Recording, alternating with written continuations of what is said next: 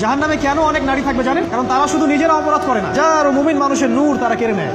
That is Y তারা জাহান্নামে বেশি থাকে। মেয়েদেরকে বলছি স্পেশালি, হয়তো এই কথাগুলো মেয়েদের কাছেও যাবে, তাদের এই উদ্ধত মাথাটা আল্লাহর বিধানের সামনে আত্মসমর্পণ করতে চায় না, এই কারণে তারা জাহান্নামে বেশি থাকবে। রাসূল বলেছেন কিয়ামতের আগে মানুষ জেনা করবে, জেনাকে মানুষ জেনা মনে করবে না, মনে করবে এটা অ্যাফেয়ার, ছেলে মেয়ের ক্রাশ। এখন নতুন শব্দ আসে কি, ক্রাশ।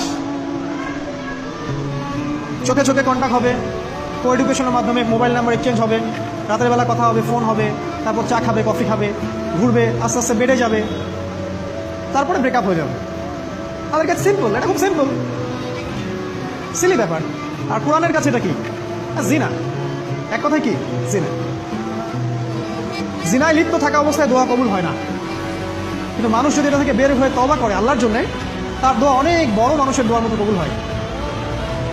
ওই তিন বন্ধুর একটা হাদিস আছে না, গুহার মধ্যে চাচাতো বোনকে একা পেয়েও সে ফিরে আসছিল আল্লাহর ভয়ে, আল্লাহ পাক তাকে গুহা থেকে বাঁচায় দিচ্ছেন না?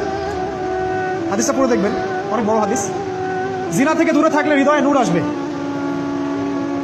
আপনি আমি যদি আমাদের চোখকে এই পর্যায়ে নিয়ে যেতে পারি যে কোনো গায়রে মাহরামের দিকে চোখ পড়লে আমরা নামিয়ে নিচ্ছি, তখন আপনি ফিল করবেন আপনার মনের মধ্যে নূর আসছে।